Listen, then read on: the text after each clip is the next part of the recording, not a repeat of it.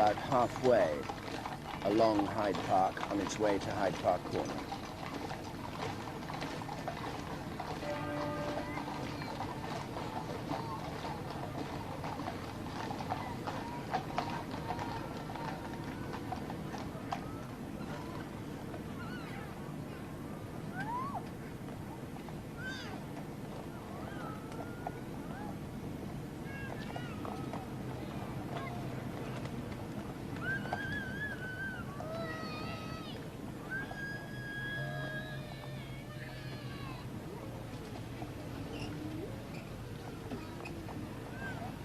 See the gun below the coffin there,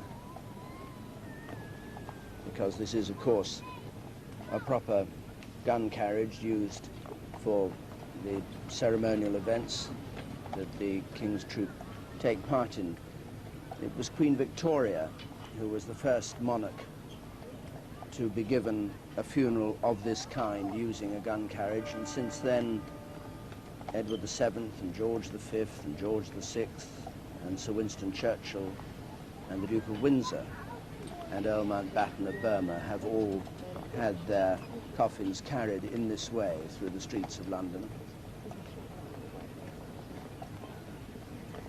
But never a funeral procession followed by so many hundreds of thousands of people. Not just those lining the route, but the people behind,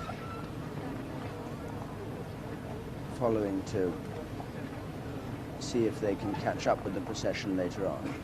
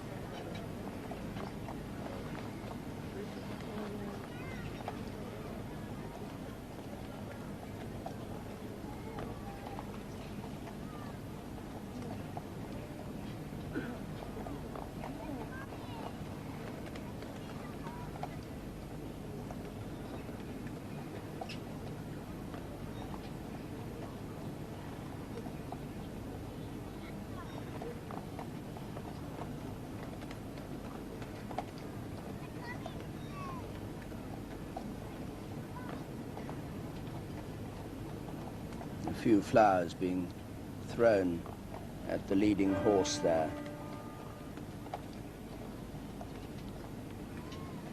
The horses were specially trained during the past week, having flowers thrown at them so that if this did happen during the procession, they wouldn't become alarmed. So you don't need to worry for the horses. They've been trained for this moment and for the tributes that are being paid. Moments of private grief along the route of the procession as the public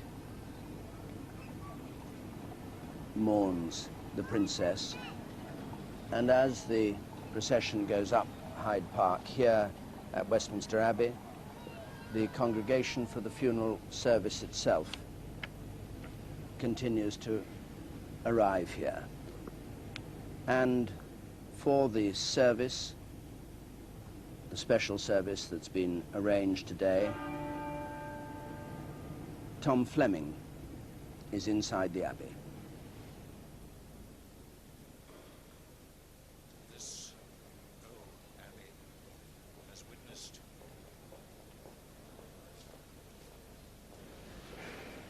old Abbey has witnessed a rich share of this nation's history.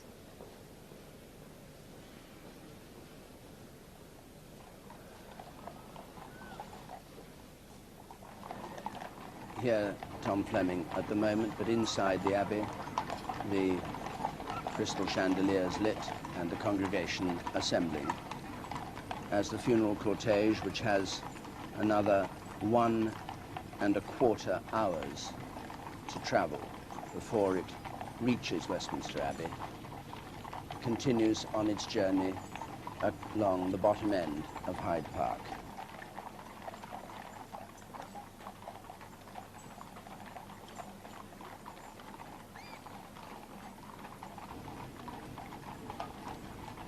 Rayne Spencer, the stepmother of the Princess of Wales, arriving at the west door of the Abbey.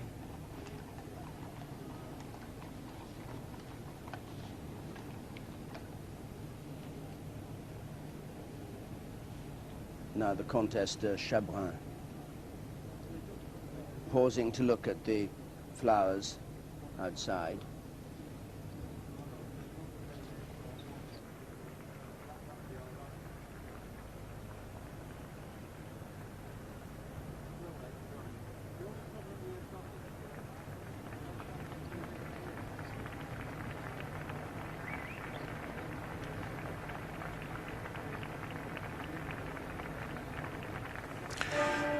Prime Ministers, ex-Prime Ministers, Archbishops, all arriving side by side. This old abbey here has witnessed a rich share of this nation's history in the making. Great scenes of splendor and rejoicing, moments of heartbreaking remembrance. Beginnings and endings have both been marked in a building familiar to every visitor to Britain from far across the world. Today, the Abbey will be the setting for something quite unique. It will become, for a brief hour, at 11 o'clock, the focus of a whole people's remarkable outpouring of love and grief. But it will become, too, a place where that grief is transformed to thanksgiving for the life of a young woman that the whole world took to its heart. A place where a most unusual blend of words and music will turn our week-long sadness to hope and point to the future, as well as letting us take our tender farewell of someone who loved life and people and was a devoted mother to the boy who one day may be crowned king here in Westminster Abbey.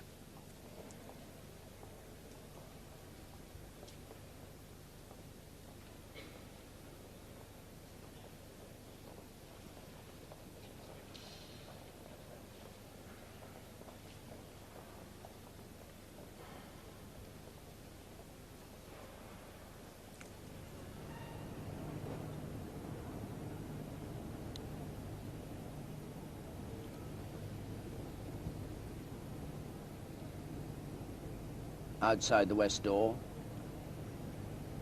more arrivals. A group of Chelsea pensioners there. There's going to be a wide range of people, most of them drawn from friends from public life, that's to say people she met in her work, and then close members of the family. People from the arts world, from the world of fashion, from the world of music. All those things that lifted her spirits.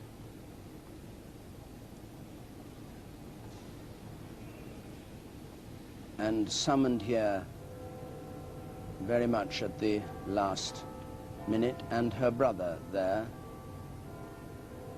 Earl Spencer, Charles Spencer, who's arranged the family side of this service and who'll be giving the memorial address in the Abbey, escorted by one policeman, driving down the Mall on his way to the Abbey.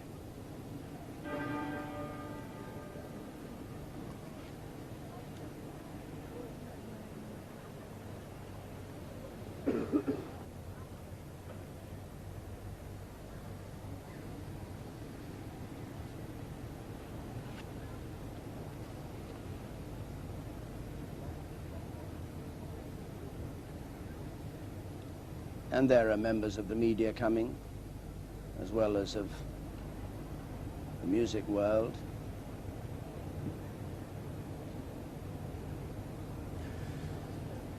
And the service for which this congregation is arriving this morning will be an unusual and a very fitting and moving blend